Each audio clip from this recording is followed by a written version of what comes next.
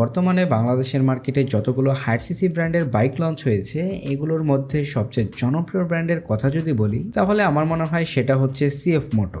যদিও সিএফ মোটো একটা Chinese brand, তারপরেও কিন্তু এদের বাইকগুলো ইউরোপ কান্ট্রিতে বেশ জনপ্রিয়। যদি এই জনপ্রিয় হওয়ার কারণটা বলি তাহলে এখানে দাঁড়ায় বাইকগুলোর লুকস অ্যান্ড ডিজাইন এবং এদের ইঞ্জিন পারফরমেন্স।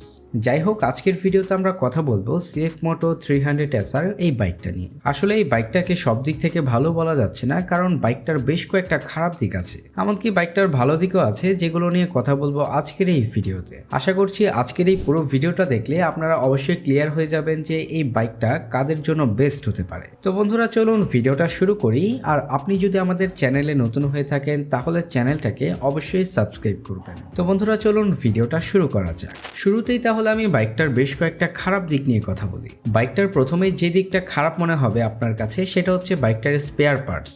কারণ বাইকটা যেহেতু বাংলাদেশের মার্কেটে নতুন, তো এর আফটার মার্কেট যে পার্টসগুলো আছে এটা আপনারা অত একটা অ্যাভেলেবেল পাবেন না, কারণ সিএফ মোটো বেশ কয়েক মাস আগেই তাদের এই বাইকগুলো বাংলাদেশের মার্কেটে লঞ্চ করেছে। তো সেই ক্ষেত্রে বাইকটার সার্ভিস সেন্টার সহ এর যে স্পেয়ার পার্টসগুলো আছে এটা আপনারা অত একটা অ্যাভেলেবেল পাবেন না, যেটা আসলে বাইকটার একটা খারাপ দিকের মধ্যেই পড়ে। তার পরবর্তী আমার কাছে যে দিকটা খারাপ মনে হয়েছে সেটা হচ্ছে বাইকটার হেডল্যাম্প সেটআপ। এই বাইকটার প্রাইস কিন্তু প্রায় 5 লক্ষ টাকার মতো, তো সেই হিসাব করলে বাইকটাতে অবশ্যই এলইডি প্রজেকশন হেডল্যাম্প সেটআপ দেওয়ার কথা, কিন্তু এখানে তারা দেয় নাই। এখানে তারা এলইডি ভালভের হেডলাইট দিয়েছে। বাইকটাতে যদি এলইডি প্রজেকশন হেডল্যাম্প সেটআপ দেওয়া হতো তাহলে এর নাইট ভিজিবিলিটি আপনারা আরো ভালো পেতেন, কিন্তু এখানে তারা দেয় নাই। এটা আসলে বাইকটার একটা খারাপ দিকের মধ্যেই পড়ে। তারপরে বাইকটার আরো একটা খারাপ দিক নিয়ে বলতে গেলে সেটা হচ্ছে বাইকটার রাইডিং এক্সপিরিয়েন্স। আসলে এটা যেহেতু একটা স্পোর্টস বাইক, তো এটা দিয়ে আসলে আপনারা তেমন কোনো লং ট্যুর করতে পারবেন না, কারণ লং ট্যুর করলে এটা যেহেতু স্পোর্টস বাইক তো অবশ্যই আপনার ব্যাক পেইন হবে।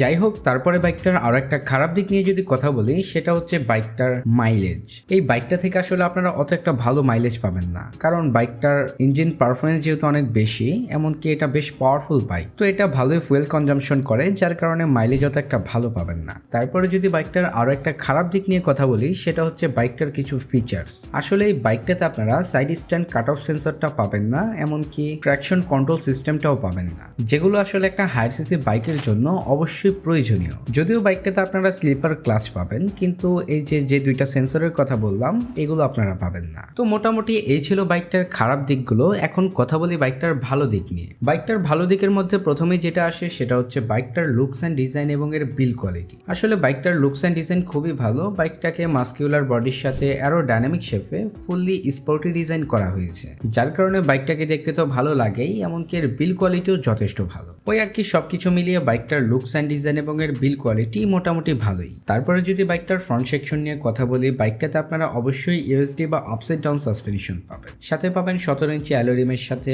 110 সেকশনের টিউবলেস টায়ার, সাথে ব্রেকিং সিস্টেম হিসেবে পাবেন 300 মিলিমিটারের disc brake with dual channel ABS.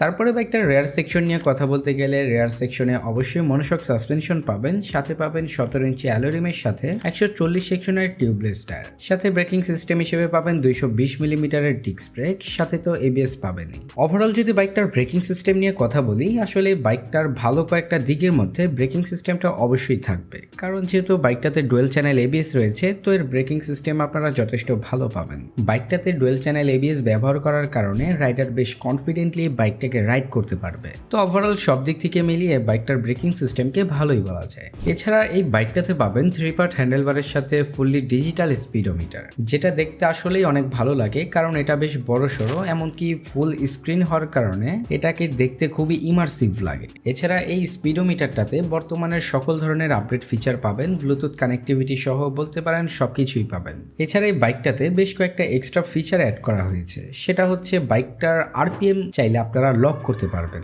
ধরেন যে আপনি বাইকটাকে এত আরপিএম এর বেশি চালাতে চাচ্ছেন না, কিন্তু আপনি যদি এর চাইতে বেশি আরপিএম এ বাইকটাকে চালান তাহলে আর কি বাইকটা নিজে থেকেই আপনাকে একটা ওয়ার্নিং দেবে যে আপনি বাইকটাকে এর থেকে বেশি আরপিএম এ চালাচ্ছেন। এটা আসলে বাইকটার স্পিডের ক্ষেত্রেও করতে পারবেন। ধরেন আপনি এর চাইতে বেশি স্পিডে বাইকটাকে চালাতে চাচ্ছেন না, কিন্তু যদিও ভুলবশত আপনি বাইকটাকে এর চাইতে বেশি স্পিডে চালান তাহলে আর কি বাইকটা আপনাকে একটা ওয়ার্নিং দেবে। তো মোটামুটি এই ছিল বাইকটার বেশ কয়েকটা অ্যাডভান্স ফিচার।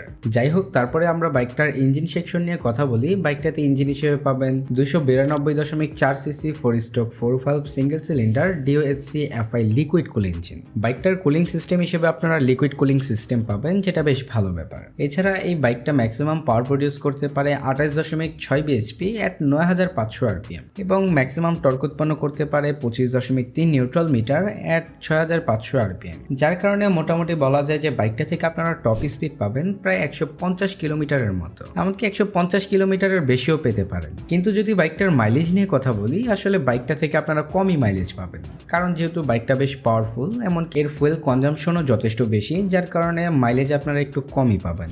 বাইকটা থেকে আপনারা সর্বোচ্চ মাইলেজ পাবেন 25 থেকে 30 কিলোমিটারের মতো। তাছাড়া এই বাইকটার স্পিডকে মেনটেন করার জন্য বাইকটাতে পাবেন 6 স্পিড গিয়ার বক্স।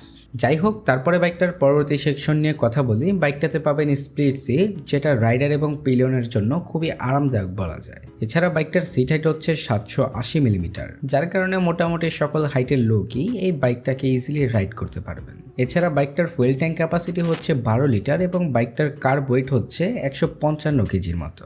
এছাড়া বাইকটার গ্রাউন্ড ক্লিয়ারেন্স হচ্ছে 135 মিলিমিটার, যেটা আসলে অন্যান্য ব্র্যান্ডের বাইকের তুলনায় অনেকটাই কমই বলা যায়। যাই হোক, তারপর এটা মানা যায়, কারণ এটা যেহেতু একটি স্পোর্টস বাইক, তো এর গ্রাউন্ড ক্লিয়ারেন্স কিছুটা কমই থাকবে। যাই হোক, এখন কথা বলি বাইকটার প্রাইস নিয়ে। এই বাইকটার প্রাইস কিন্তু প্রায় 4,58,500 টাকার মতো। তো যাই হোক বন্ধুরা, আজকের ভিডিওটা এই পর্যন্তই। আশা করি সম্পূর্ণ ভিডিওটা দেখেছেন, আর যদি ভিডিওটা সম্পূর্ণ দেখে থাকেন তাহলে হয়তো আপনাদের অবশ্যই ক্লিয়ার হয়ে গেছে যে এই বাইকটা আপনার কেনা উচিত কিনা। তো বন্ধুরা, দেখা হচ্ছে পরবর্তী কোনো নতুন ভিডিওতে। সবাই ভালো থাকবেন, সুস্থ থাকবেন, ধন্যবাদ।